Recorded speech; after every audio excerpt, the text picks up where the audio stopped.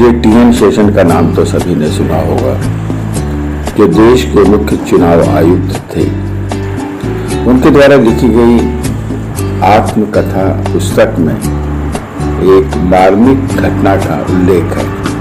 आइए उस घटना के बारे में आपको भी जानकारी देते हैं। श्री टी.एन. शेषन जब मुख्य चुनाव आयुक्त थे तो परिवार के साथ छुट्टियां बिताने के लिए मसूरी जा रहे थे।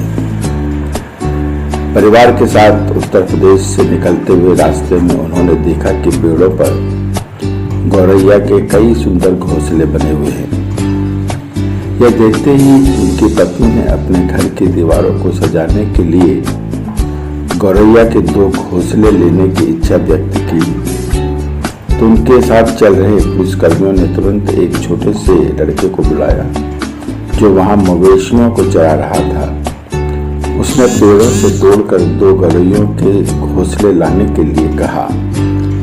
लड़के ने इनकार कर दिया। श्री शेषन ने इसके लिए लड़के को 10 रुपए देने की पेशकश की। फिर भी लड़के के इनकार करने पर श्री शेषन ने बढ़ाकर 50 रुपए देने की पेशकश की। फिर भी लड़के ने हामी नहीं भरी। पुलिस ने तब लड़के को धमकी दी और उसे बताया कि साहब जज हैं और तुम्हें जेल में भी डलवा सकते हैं, तुम्हें गंभीर परिणाम भुगतने होंगे।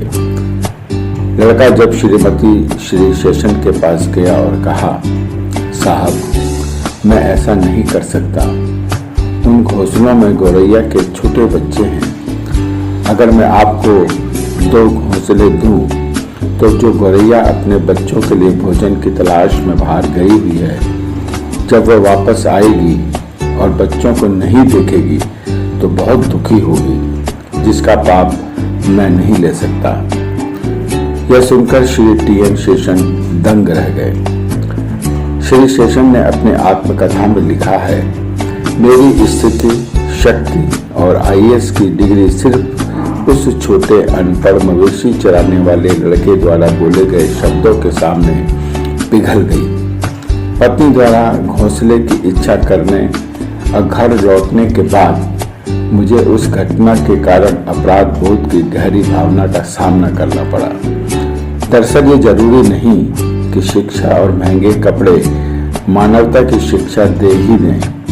यह आवश्यक नहीं है, यह तो भीतर के संस्कारों से पनपती है। दया, करुणा, दूसरों की भलाई का भाव, छल कपट न करने का भाव मनुष्य को परिवारों के बुजुर्गों द्वारा दिए गए संस्कारों से तथा अच्छी संगत से आते हैं। अगर संगत बुरी है तो अच्छे गुण आने का प्रश्न ही नहीं होता। यह थी एक घटना श्री टी.एन. शेषन द्वारा लिखी गई अपनी आत्मकथा पुस्तक से। आपको कैसी लगी कमेंट बॉक्स में अवश्य लिखिएगा।